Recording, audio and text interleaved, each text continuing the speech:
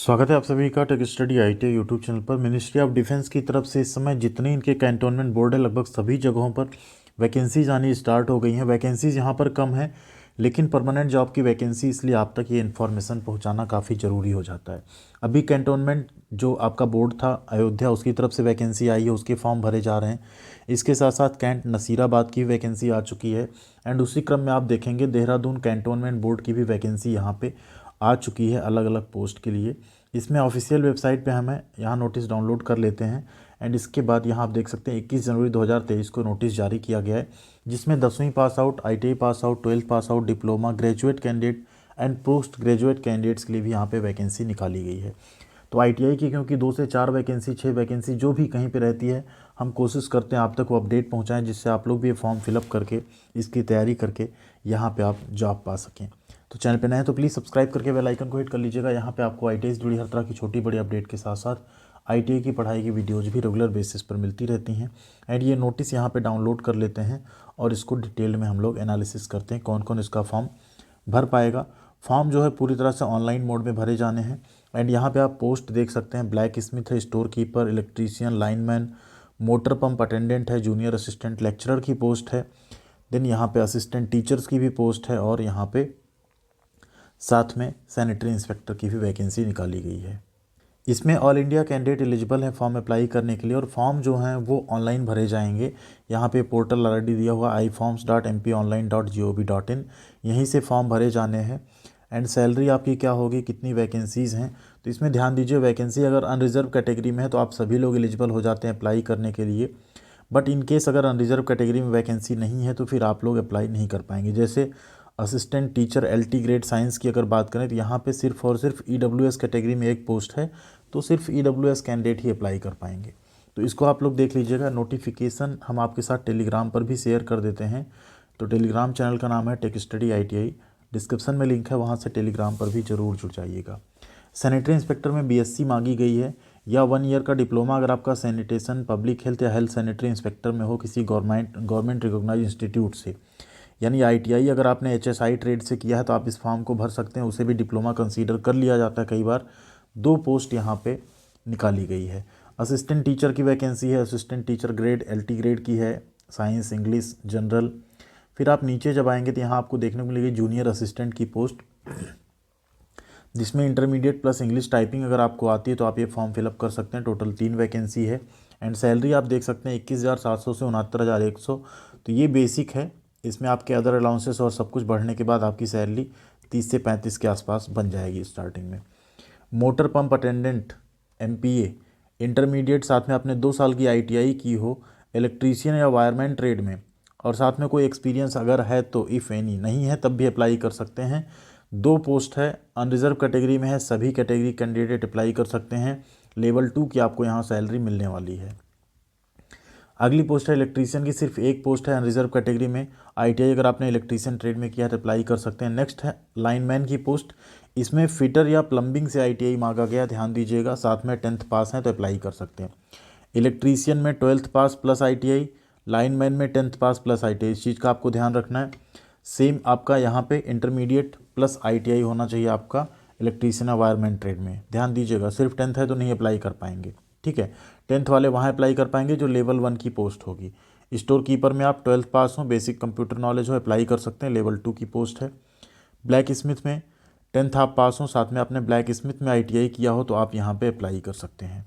इसके बाद यहाँ पे सिलेबस की डिटेल आपको मिल जाएगी, तो उसकी आपको तैयारी भी करनी पड़ेगी क्योंकि यहाँ पे सिलेक्शन आपका रिटन एग्जामिनेशन के बेसिस पे होगा। जैसे आप मोटर पंप अटेंडेंट में देखेंगे general intelligence and reasoning, general awareness, numerical aptitude, English comprehension के 50 क्वेश्चन होंगे और 50 क्वेश्चन आपके ट्रेड रिलेटेड होंगे। 2 घंटे का आपका पेपर होगा। डिटेल सिलेबस पे एक सेपरेट वीडियो अगर आपको चाहिए, आप फॉर्म भर रहे हैं तो आपको हम बना देंगे, क्योंकि कैंटोनमेंट बोर्ड से जहाँ से भी वैकेंसीज आई हैं इन पोस्ट पे सबके सिलेबस लगभग सेम रहने वाले हैं।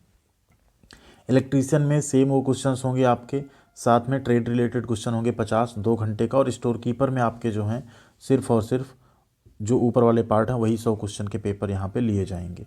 सेम आप ब्लैक स्मिथ एंड उसका भी मान सकते हैं, उसकी यहाँ पे स्कैंड कॉपी नहीं अवेलेबल है, उसका भी सेम सिलेबस रहने वाला है। एज की बात करें तो 21 से 30 साल एज रखी गई है, ठीक है। तो यहाँ एक चीज़ आपको ध्यान रखने वाली बात है 18 एज इसमें मेंशन नहीं की गई, मतलब अगर आप 21 साल के हैं तभी आप अप्लाई कर सकते हैं, ऐसा नहीं आप 18 से 21 के बीच में तब भी अप्लाई कर लें, क्योंकि क्लियरली मेंशन है 21 से 30 साल एज होनी चाहिए। ठीक है। SC ST OBC को 5 ईयर्स एंड 3 ईयर्स का रिलैक्सेशन मिल जाएगा, डिपार्टमेंटल कैंडिडेट्स को 10 ईयर्स का मिल जाएगा।